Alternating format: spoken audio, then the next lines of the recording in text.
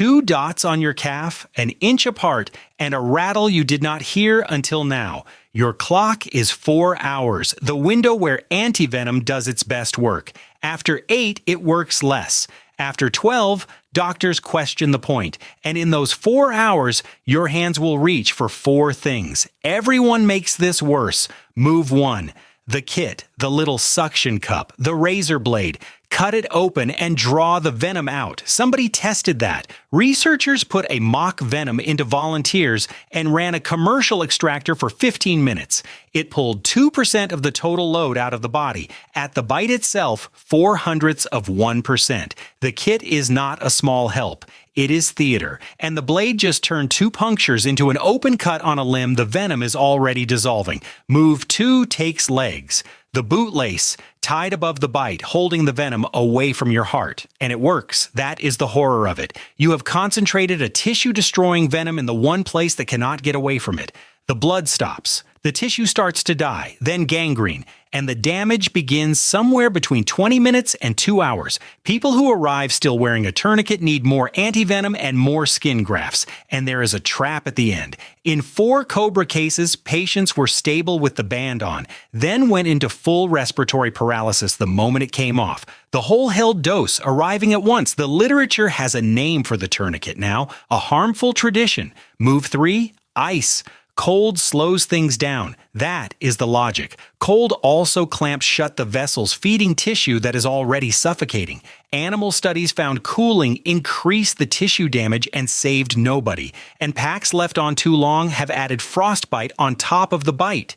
Move 4, the drink or the pills. Whiskey to steady your hands, ibuprofen for the pain. Alcohol is on every do not list there is, and the painkiller is worse than useless because rattlesnake venom attacks your blood's ability to clot. You would be thinning blood, already told it cannot clot. 4 moves, no help. But here is the part that catches people who took a real first aid course.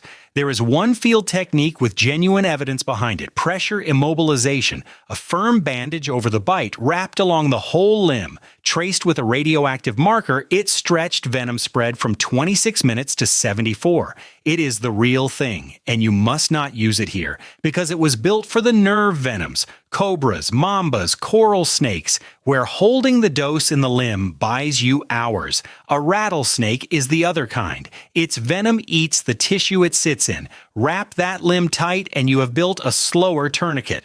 The Wilderness Medical Society says it plainly: pressure bandaging may increase the severity of the damage. The one move with real science behind it is the wrong move for the snake that bit you, which leaves nothing to do to the bite. That is not a hole in the protocol. That is the protocol. Nothing to the bite, everything to the clock. Back away and sit down. Stillness is the only thing ever shown to slow the spread. At rest, that same marker moved measurably slower than in volunteers walking.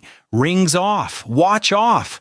In the first 60 seconds before the swelling starts, or your own jewelry becomes the tourniquet you were told not to tie. Splint the limb loosely, no compression, and hold it level with your heart. Not raised, not hanging, level. Then take a pen, draw a line at the edge of the swelling, and write the time beside it. Again in half an hour. You are not treating anything. You are building the chart that tells the hospital how fast this is moving. And call for help. If there is no signal, walking out slowly beats sitting 5 hours for somebody who is not coming. 7,000 to 8,000 Americans are bitten by a venomous snake every year. About 5 of them die. 1 bite in 4 is dry. No venom at all. You are almost certainly going to walk away from this. The 4 moves are not what kill you. They are what costs you the leg you would have kept. So run it back in one breath. 2 dots on your calf, you do not cut it, you do not suck it, you do not tie it, ice it, or drink. You do not wrap it either. You sit down, strip off your rings, splint it level, mark the time, and go.